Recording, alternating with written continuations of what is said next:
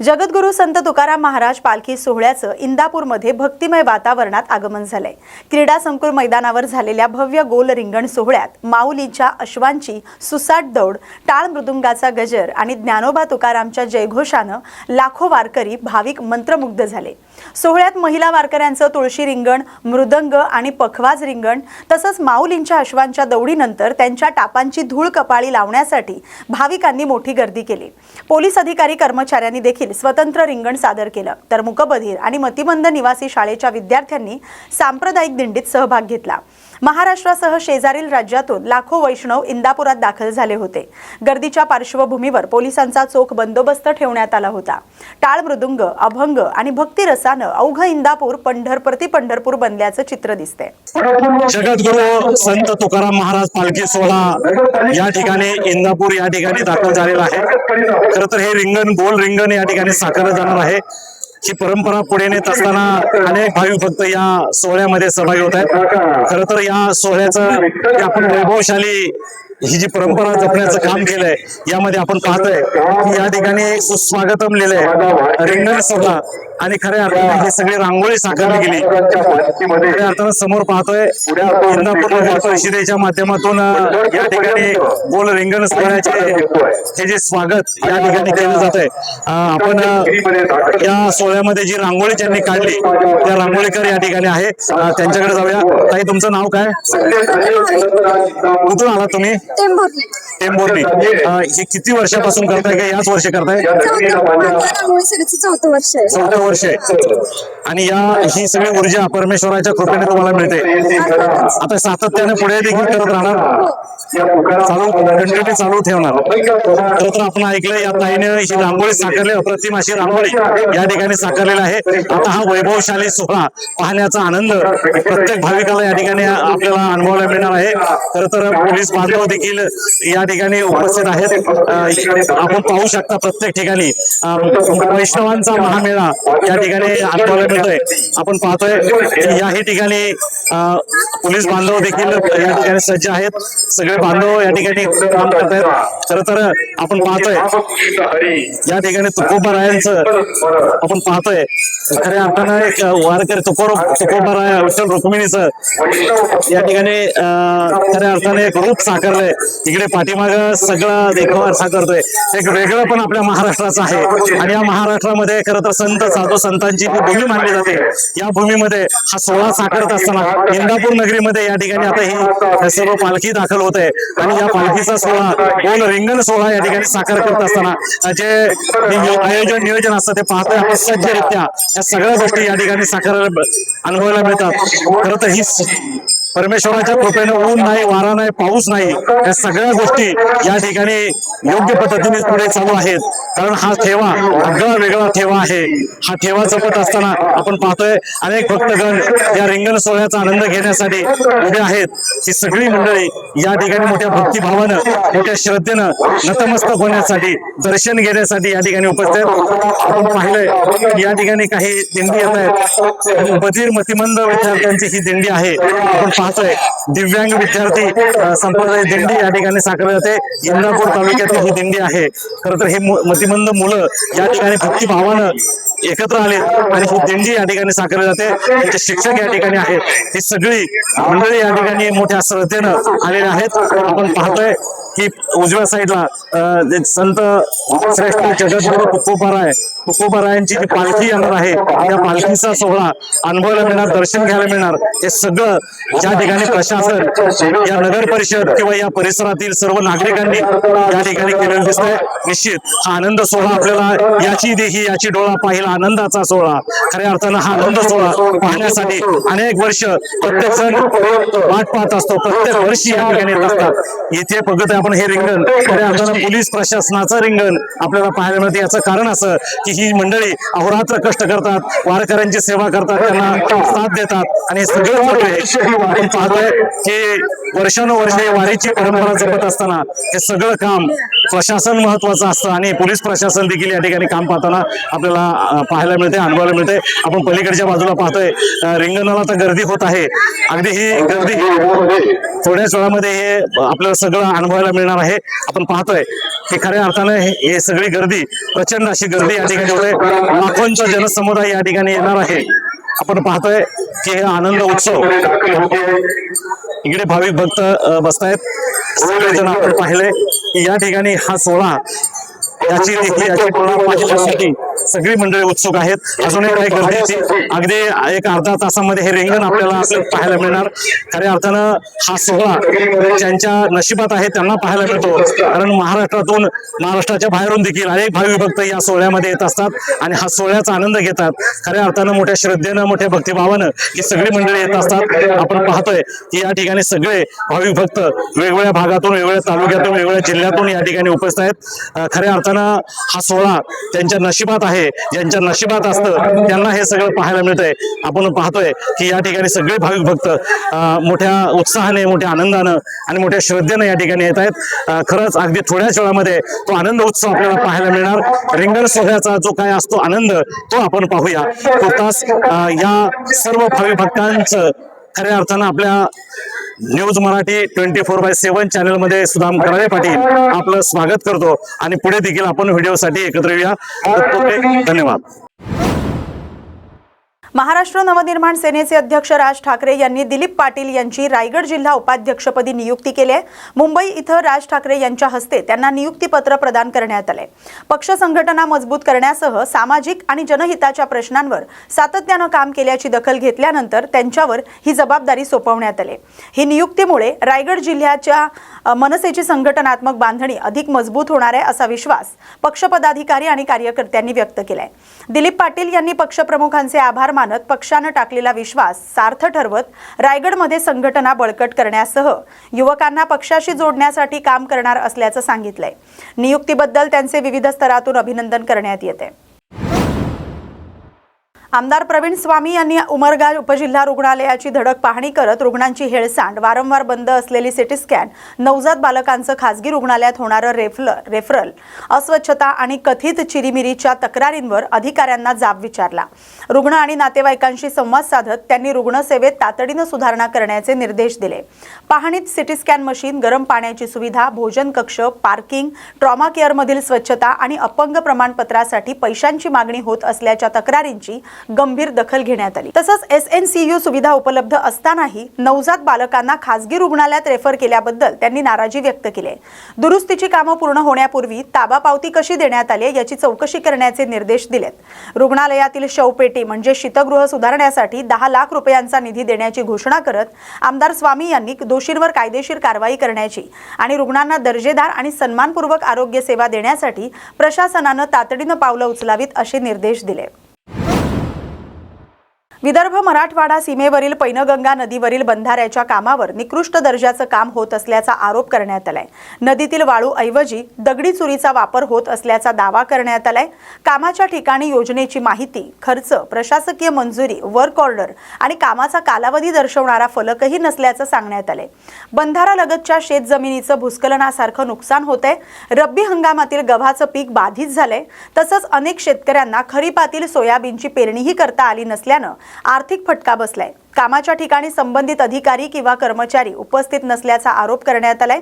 प्रशासनानं या प्रकरणाची तातडीनं दखल घेऊन कामाची चौकशी करावी, शेतकऱ्यांच्या नुकसानीचा पंचनामा करून योग्य नुकसान भरपाई द्यावी आणि बंधाऱ्याचं काम नियमानुसार करण्यात यावं अशी मागणी करण्यात आली. यांनी काम करत असताना माझी कोणती परमिशन न घेता, काही न घेता शेतीचं डगरलेलं आहे, भूस्खलन झालेलं आहे, तशी त्याला सांगून वारंवार त्यांनी कोणत्याही प्रकारची दखल घेतलेली नाही आहे. संबंधित ठेकेदार असो, कोणी याच्यावरचा कर्मचारी असो, सरकारी योजनेचा कोणता कर्मचारी आला नाही, काही नाही, पाहण्यासाठी पण आला नाही. कधीपासून काम चालू आहे? मागील 1 वर्षापासून. कोणतं पीक घेता शेतीमध्ये? सोयाबीन आणि गहू घेतो. आता म्हणणं काय आपलं? माझं म्हणणं आहे की यांनी येऊन बघावं एकदा आमचं नुकसान किती झालं आहे काय, कारण मी तर यावेळेस सोयाबीन पेरू पण शकलो नाही. आपण यवतमाळ जिल्ह्याच्या शेवटच्या टोकाला आहोत, जे की यवतमाळ जिल्हा आणि पलीकडे नांदेड जिल्हा आहे. विदर्भ आणि मराठवाडा याच्या सीमेवर आपण आहोत. विदर्भ मराठवाड्यातून जे पैनगंगा नदी जाते, त्या पैनगंगा नदीवर शेतीच्या उपयोगी किंवा कोणत्याही उपयोगी इथं काम होत आहे बंधाऱ्याचं. त्या बंधाऱ्याचं काम होत असताना शेतकऱ्यांना अतोनात त्रास होत आहे. शेतकऱ्याची जे काही जमीन आहे ती खरडून जात आहे आणि येथील कंत्राटदार असो किंवा कोणते अधिकारी असो, कर्मचारी असो, ज्या विभागातून हे काम चालू आहे तो विभाग काही दखल घेण्यास तयार नाही. तरी या शेतकऱ्याचं पहिलं पीक या शेतामध्ये गहू होतं, त्या गव्हाचंही नुकसान झालं. आता सोयाबीन पेरता आलं नाही. कंत्राटदारांनी थातूर मातूर थोडीशी बुजवणूक करून दिलेली आहे आणि ती शेती डगरत आहे. पावसाळा चालू आहे आणि जर समजा या पावसात जास्त पाऊस झाला तर या शेतकऱ्याची पूर्ण शेती खरडून जाण्याच्या मार्गावर आहे. कोणी अधिकारी असो किंवा कंत्राटदार असो या शेतकऱ्याची दखल घेऊन शेतकऱ्याची नुकसान भरपाई देईल का? या बंधाऱ्याची पाहणी केली असता या बंधाऱ्यावर कुठेही फलक लावलेला दिसत नाही की हे बंधारा कोणत्या योजनेचा आहे, या बंधाऱ्याचं काम किती आहे, याची वर्क ऑर्डर कधी निघालेली आहे, या बंधाऱ्याचं काम सुरू करण्याचा कालावधी कोणता आहे, पूर्ण करण्याचा कालावधी किती आहे, असा कुठलाही उल्लेख केलेला नाही. आणि बंधाऱ्याची पाहणी केली असता हे बंधारा नदीमध्ये काम चालू आहे, जी की नदी वाळूचं उत्पन्न नदीमध्ये होते.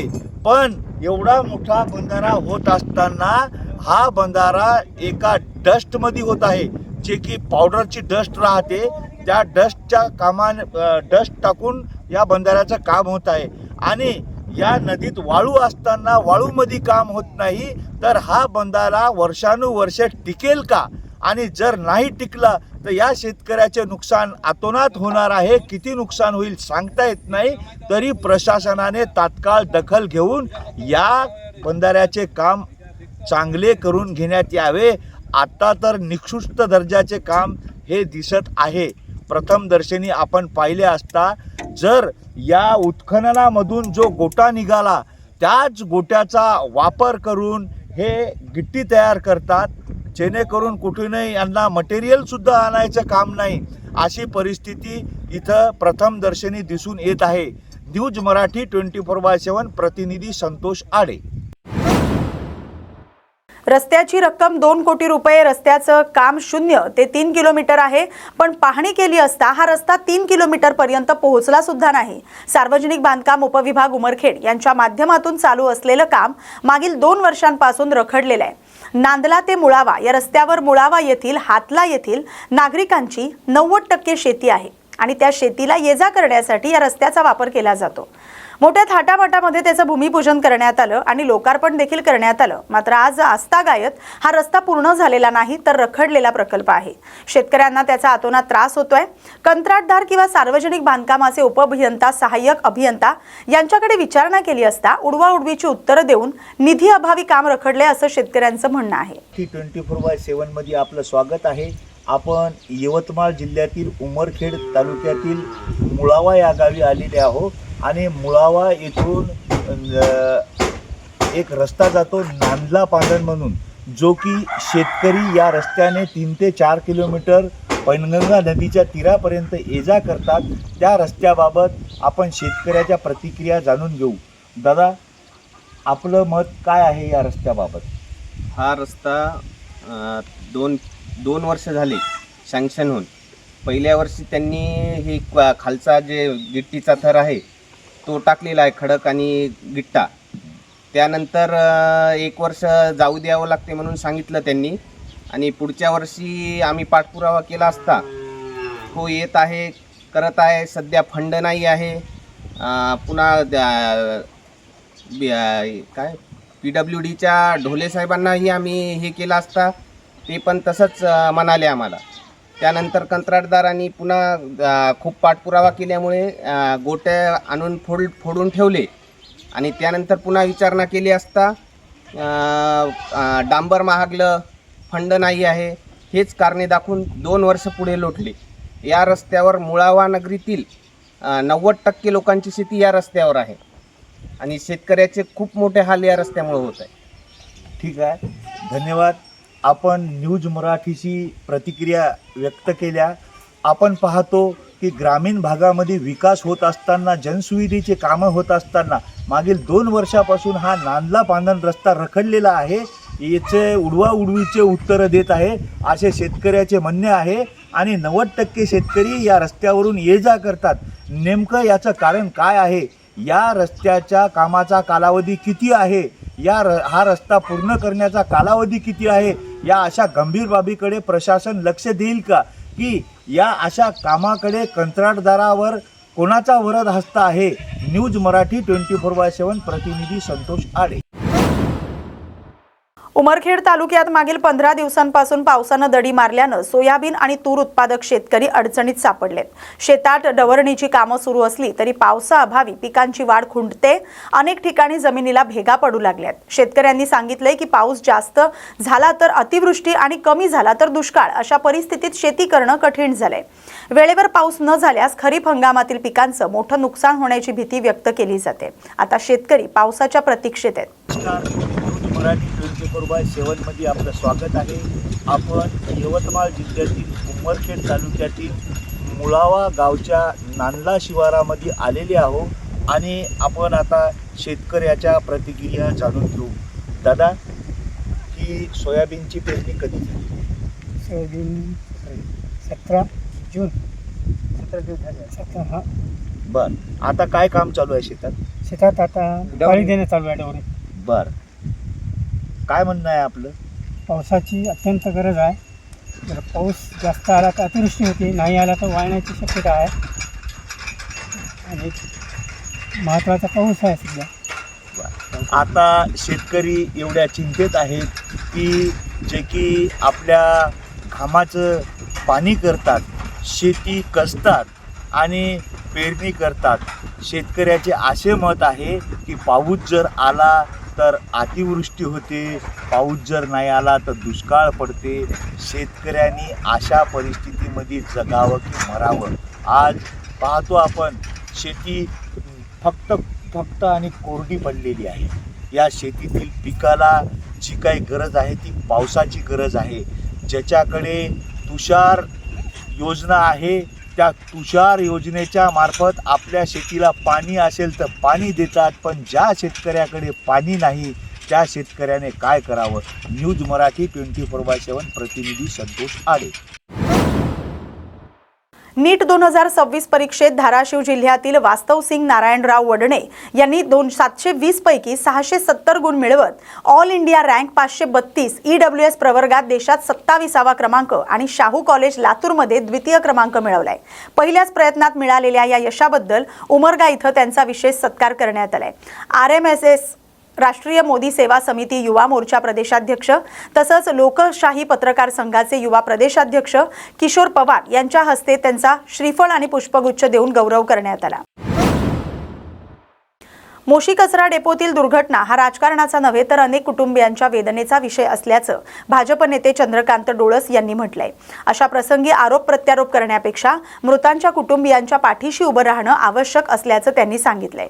दुर्घटनेची निष्पक्ष चौकशी करून दोषींवर कठोर कारवाई करावी आणि भविष्यात अशा घटना टाळण्यासाठी ठोस उपाययोजना कराव्यात अशी मागणी त्यांनी केली आहे. या प्रकरणावर राजकारण करून जनतेची दिशाभूल करू नये असं आवाहनही त्यांनी केलंय. मानवी जीवापेक्षा कोणतंही राजकारण मोठं नसतं. पीडितांना न्याय मिळावा आणि या प्रकरणात सत्य समोर यावं यासाठी सर्वांनी एकत्रितपणे काम करावं असंही डोळस यांनी स्पष्ट केलंय. राजकारण हे बाजूला राहिलं. आपण पाहतोय रोज मीडियामध्ये कचरा डेपो या ठिकाणी झालेल्या दुर्घटनेविषयी तथाकथित सामाजिक कार्यकर्ते हे आंदोलन करतात. पण त्या आंदोलनाचा सूर तुम्ही नीट बघितला का मित्रांनो? आंदोलनामध्ये त्यांना कुठे दुःख झाले, हे जे 9 तरुण गेलेत, आपल्यातले बांधव गेलेत, यांच्या कुटुंबाविषयी काही सहवेदना आहेत का त्यांच्या? त्या काहीच नाहीत. त्यांना फक्त ह्या मृत तरुणांच्या टाळूवरचं लोणी खायचंय असं मला दुःखाने बोलावं लागतंय. विषय कोणता आहे की आज 9 तरुण आपल्याला सोडून गेलेले आहेत. त्यांच्या मागे त्यांची पत्नी असेल, कुणाची आई, कुणाचे वडील, वृद्ध नातेवाईक, कुणाला राहायला घर नाही, कोण भाड्याच्या घरात राहते.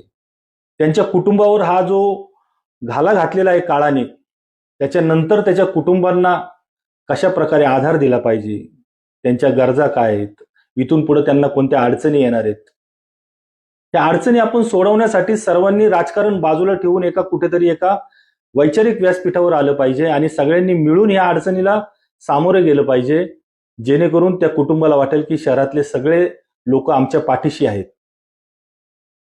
हा विषय तर बाजूलाच राहिला की त्यांना काय पाहिजे, काय नाही पाहिजे, त्यांच्या कुटुंबाच्या निवारणासाठी काय केलं पाहिजे. शहरात कुठलीही घटना घडली की ती महेश लांडगेंनी केली. हे तथाकथित आंदोलन करते ज्यांना पाकिटाच्या जीवावर यांचे कुटुंब चालतात. हे शहराला संपूर्ण शहराला माहिती आहे की पाकिट घ्यायचं आणि आंदोलन करायचं. कोण गेलंय कोण राहिलंय याच्याशी यांना काही देणं घेणं नाहीये. यांनी जर नीट चौकशी केली असती तर त्यांच्या लक्षात आलं असतं की हे जे मृत पावलेले कर्मचारी आहेत, मृत पावलेले जे बांधव आहेत, त्यांना कामाला देखील महेश लांडगेंच्या माध्यमातूनच लागलेलं होतं. आणि याच्यात महेश लांडगेंचा कुठं संबंध आहे? चला, मी म्हणतो की एक शहराचे आमदार, एक पालक म्हणून त्यांची जबाबदारी आहे त्या दुर्घटनेकडे लक्ष घालण्याची, आणि ते घालतही आहेत. आपण जर मागच्या 2-4 दिवसापूर्वी महापालिकेचे जे आयुक्त आहेत विजय सूर्यवंशी, त्यांच्याकडे भाजपचं शिष्टमंडळ गेलं होतं. त्याच्यात आमचे बंधू विकास डोळस देखील होते. विकास डोळस त्यांच्या शिष्टमंडळांनी आयुक्तांकडे काय मागणी केलेली आहे? संपूर्ण शिक्षणाचा खर्च त्यांच्या मुलाबाळांचा, त्यांच्या ज्यांना घरं नाहीये त्यांच्या घराचा प्रश्न, त्यांना आर्थिक कॉम्पन्सेशन, 1 कोटी रुपये आर्थिक सहायता शासनाकडनं मिळावी, अशा बऱ्याच मागण्या केलेल्या आहेत की जेणेकरून ही जी त्यांच्यावर जी दुर्घटना घडलेली आहे, त्यांच्या कुटुंबावर जो काळाचा घाला झालेला आहे, पैशाची मदत किंवा इतर मदत करून माणसाचा जीव परत येत नाही, पण ही एक छोटीशी फुंकर आहे त्यांच्या जखमेवर घातलेली की जेणेकरून त्यांचं दुःख थोडंसं हलकं होईल. कुठलीही मदत ही माणसाच्या जीवापेक्षा कधीच मोठी नसते, हे सर्वांना माहिती आहे आणि मान्य देखील आहे. परंतु मानव कांबळेसारखा हा आंदोलनकारी जीव आहे. शहरात काही होऊ दे, त्याचा वैयक्तिक आकस आहे की महेश लांडगे किंवा भाजप हा पक्ष यांना टार्गेट करायचं. आज मला सांगा, महेश दादांविषयी ज्या घोषणा दिल्या जातात, महेश लांडगे चोर आहे, महेश लांडगे मुर्दाबाद, तुमच्याकडे काय पुरावे असेल तर तुम्ही कोर्टात जा.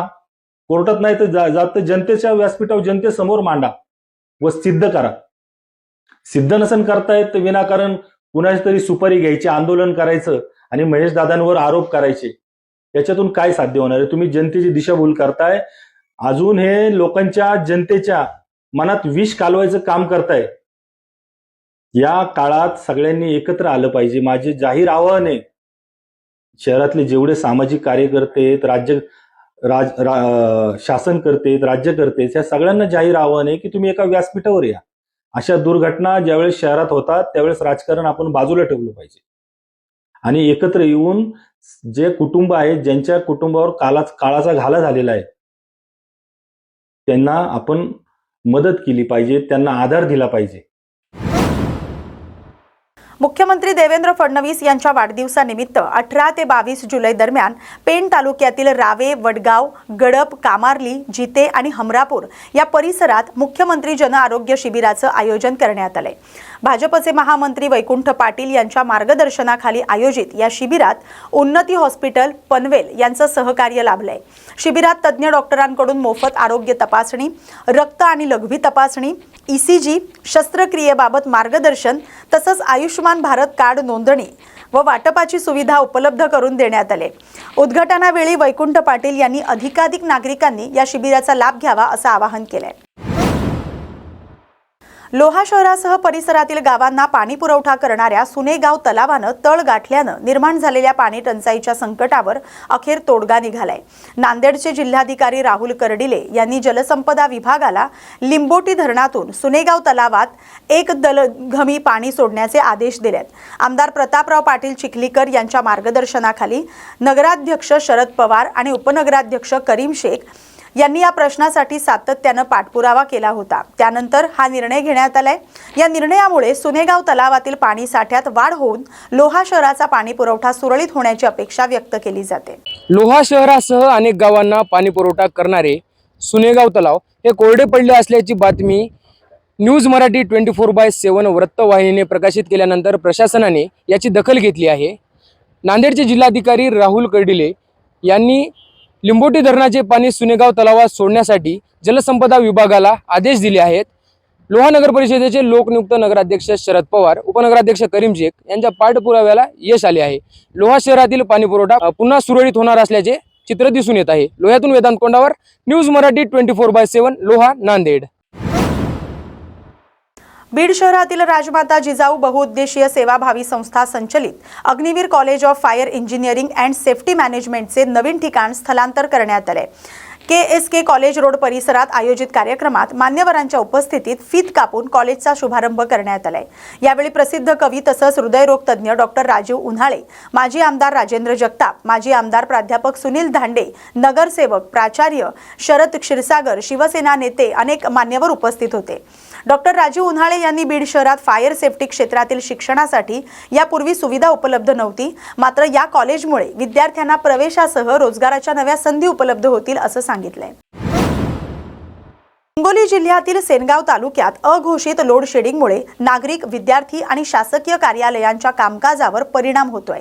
गेल्या 4 दिवसांपासून रात्री 7 ते 10 या वेळेत वीज पुरवठा बंद ठेवण्यात येतोय. त्यामुळे नागरिकांमध्ये नाराजी पसरली. पुसेगाव 33 KV उपकेंद्रांतर्गत खुडज, रिधोरा, जांभरुण आणि पारडी इथल्या 3 फीडरचा वीज पुरवठा रात्रीच्या वेळी बंद ठेवला जातोय. त्यामुळे असा आरोप नागरिकांनी केलाय. मात्र पुसेगाव गावठाणचा वीज पुरवठा सुरळीत असल्यानं दुजाभाव का केला जातोय असा सवाल नागरिकांनी केलाय. यामुळे संतप्त नागरिकांनी पुसेगाव 33 KV उपकेंद्र गाठत कर्मचाऱ्यांना जाब विचारला.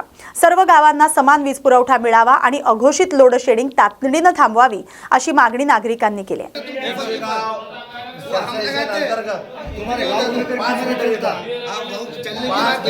चार फीटर रेग्युलर चालू येतं आणि संध्याकाळी 7 ते 11 रिधोरा फीटर फक्त बंद ठेवण्यात या ठिकाणी येते आहे. मागच्या 4-5 दिवसापासून 7 ते 11 या ठिकाणी लाईट नाही आहे. आमच्या गावामध्ये छोटे मुलं, रात्री आमच्या इथं एक पेशंट वारलेला आहे आणि आमच्या इथं छोटे मुलं हे जवळजवळ 50% मुलं या ठिकाणी बिमार पडलेले आहेत. शाळेच्या लेकरांना अभ्यास करता येत नाही. मागच्या 5 दिवसापासून या ठिकाणी लाईट नाही आहे. इंजिनियरला फोन लावला उचलत नाही, डीवायला फोन लावला उचलत नाही. कुठल्याही या ठिकाणी व्यवस्थित उत्तर त्यांच्याकडून आम्हाला मिळत नाही. मागच्या 2 दिवसापासून आम्ही या ठिकाणी लाईट बंद करत आहे, परंतु कुणाचा या ठिकाणी रिस्पॉन्स मिळत नाही. परंतु जोपर्यंत हे प्रॉब्लेम सॉल्व्ह होत नाही तोपर्यंत आम्ही या ठिकाणी लाईट बंद करणार. या बातमीसोबतच बातमी महाराष्ट्राची मध्ये आता वेळ झाली इथेच थांबण्याची. अशाच महत्त्वाच्या बातम्यांसाठी पाहत राहा न्यूज मराठी 24/7. नवा भारत, नवा विचार.